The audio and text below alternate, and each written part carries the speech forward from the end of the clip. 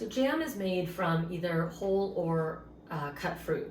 And so what happens is the fruit is crushed and kind of chopped up, and then that gets cooked with sugar. Sometimes there is a pectin added, sometimes there's an acid added, and that gets all cooked down until the fruit is soft and loses its shape and becomes this ooey gooey glob of sweet fruitiness.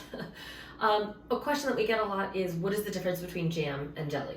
So the big difference there is that jam has some of the fruit pieces kind of still intact, whereas jelly, all of the kind of the solid pieces of fruit get removed, and so the result is more of a clear, almost not clear and translucent, but this gem-like, gel-like consistency, as opposed to jam, which again is going to be chunkier and still has some of the fruit pieces still in it.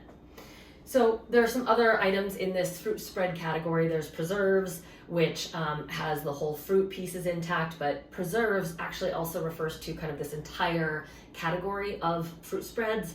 There's marmalade, which is very similar to jam, but it's made from a citrus and it's kind of both sweet and sour. There's fruit compote, there's fruit butter, there's lemon curd, lots of different things that kind of, again, fall under this preserves category. Well, how does jam affect sweetness when we use it in cooking and baking and things? Obviously, it's made from fruit, and fruit has a lot of natural sugar in it, so that's one element of it.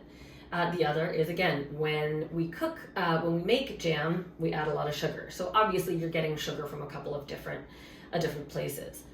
But what's really cool about jam, and why I think it's really kind of a secret weapon in the kitchen when it comes to adding sweetness, is because you're adding that sweetness, but you're also adding different levels of layers of flavor.